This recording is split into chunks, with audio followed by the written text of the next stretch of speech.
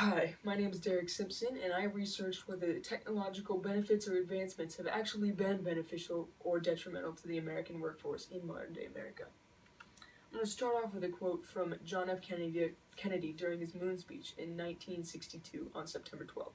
He said, "This nation's own scientific manpower is doubling every 12 years in a rate of growth more than 3 times that of our population as a whole." With these advancements improving, people's jobs are getting easier and easier to a point where the technology is actually doing the job themselves. This is negatively affecting the work ethic. I looked at possible lenses and points of view for this issue. There were technological, economic, futuristic, and educational points of views and lenses. This is a chart that I really liked by the Federal Reserve Bank of America.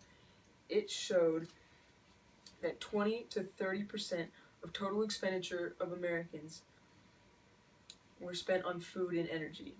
This really shows how important the food industry is to America, and if the food industry were to crash, how big the effect would be on the workers and how big the unemployment would raise. I had to look at the possible benefits, how this is benefiting our society. Obviously, it is making the jobs faster. It's making them more efficient. It's making them be done with less people, able to be done 24/7 rather than just work hours. They don't need people operating them. And obviously, it makes it cheaper because when you buy the machine, you got it paid for and you don't have to pay hourly workers every year.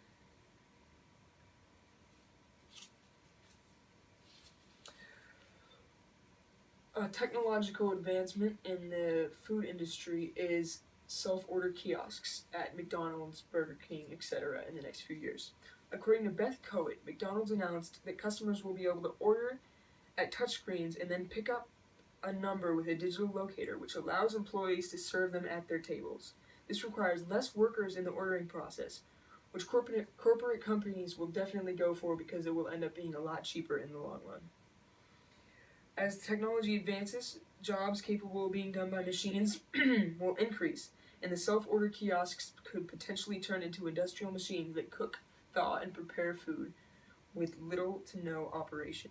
According to USA Today's analysis, self-ordering kiosks will boost sales and will save companies money.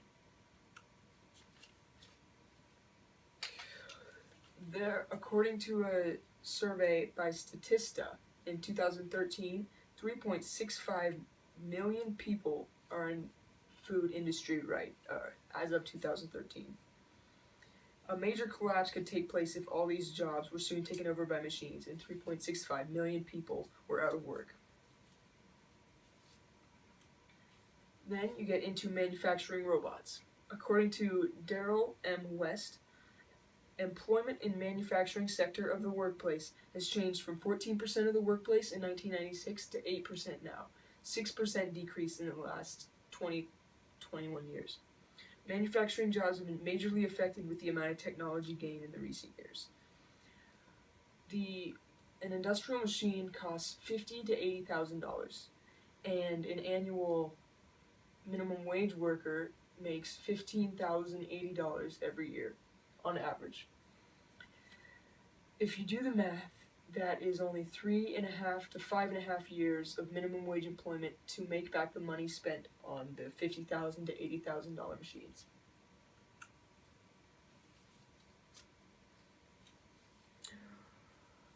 According to Amy Langfield, 80% of students chip in for their college, and 27% of costs are paid by parents. This number is decreasing, the parent number, every year. Without these jobs to fund college, the students will struggle to pay and be able to afford college and will go into tremendous debt.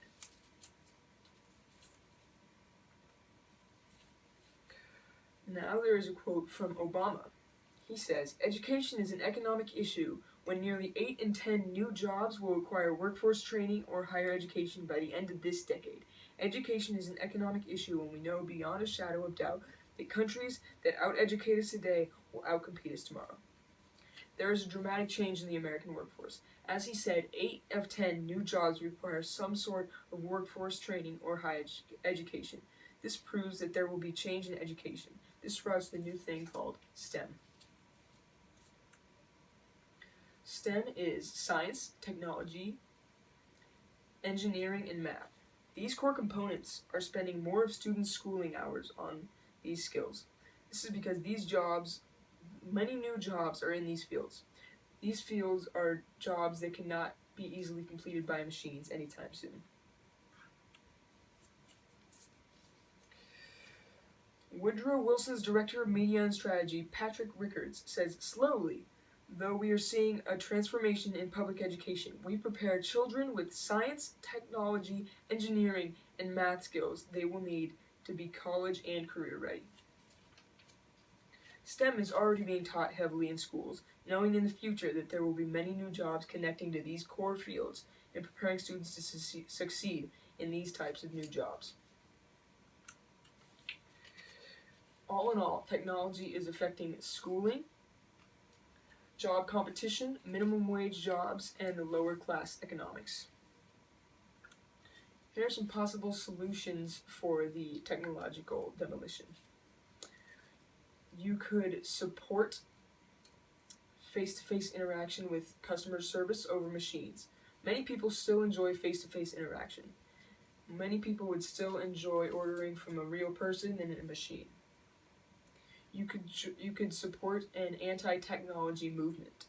An example of this is a Luddite movement, is an anti-technology movement that began 200 years ago. 200 years ago, they were concerned, just like now, about machines taking over their jobs and replacing their labor abilities. There are not many possibilities to stop this technological advancements because legally the government cannot stop companies from firing people and hiring legal machines to do jobs faster, more efficiently, and cheaper.